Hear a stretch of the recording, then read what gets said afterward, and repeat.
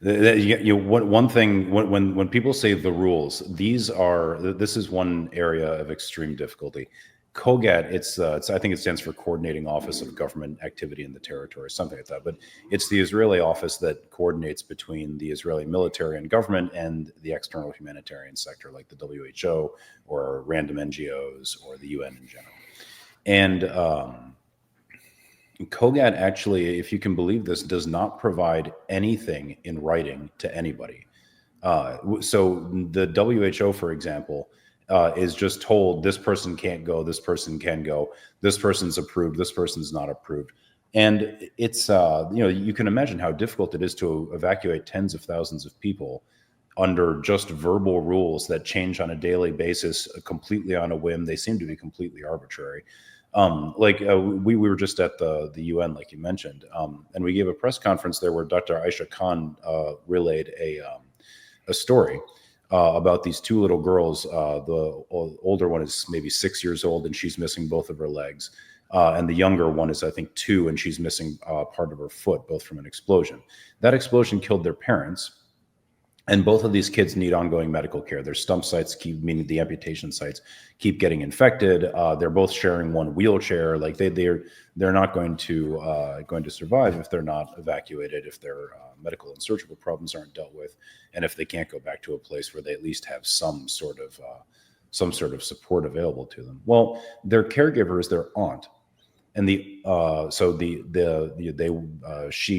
children, the doctors, everybody, the Ministry of Health, they all went through the evacuation process, and all of them were approved to leave Gaza. But the aunt has a breastfeeding infant of her own, a breastfeeding infant that the Israelis refused to allow to leave.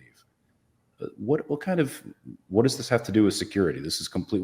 Why is anyone even asking Israel if a breastfeeding infant can get on a truck and leave through the Rafah crossing? What possible interest could the Israeli government or military have in that question? Well, only if it's to deliver cruelty for cruelty's sake. I mean, there's no other explanation for that. So these issues are very, very. We use the term challenging in medicine, but I think we use it incorrectly. It's being made impossible.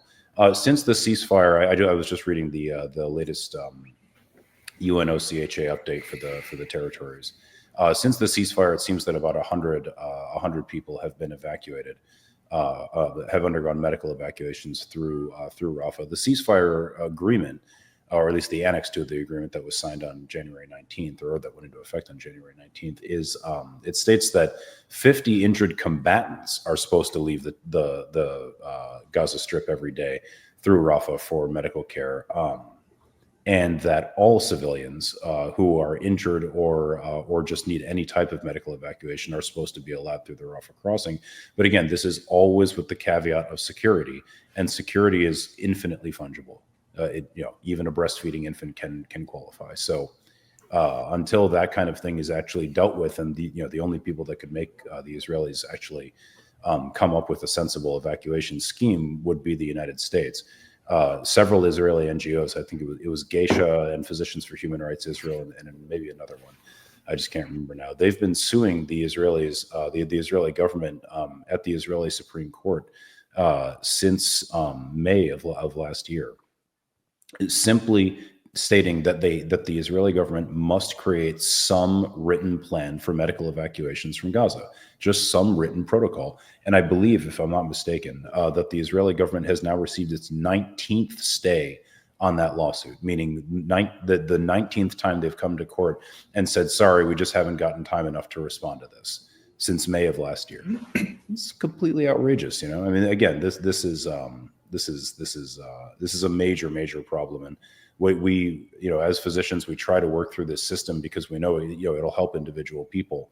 But with this kind of deliberately imposed inefficiency, there's simply no way that the tens of thousands of people who need to be medically evacuated to prevent them either from dying or suffering just totally avoidable and grievous disability is going to be shocking. And Gaza is already one of the most wounded and one of the most crippled populations in the world, and it even was before October 7th. So you're really talking about generations and generations now of trauma that's going to be long lasting and quite severe.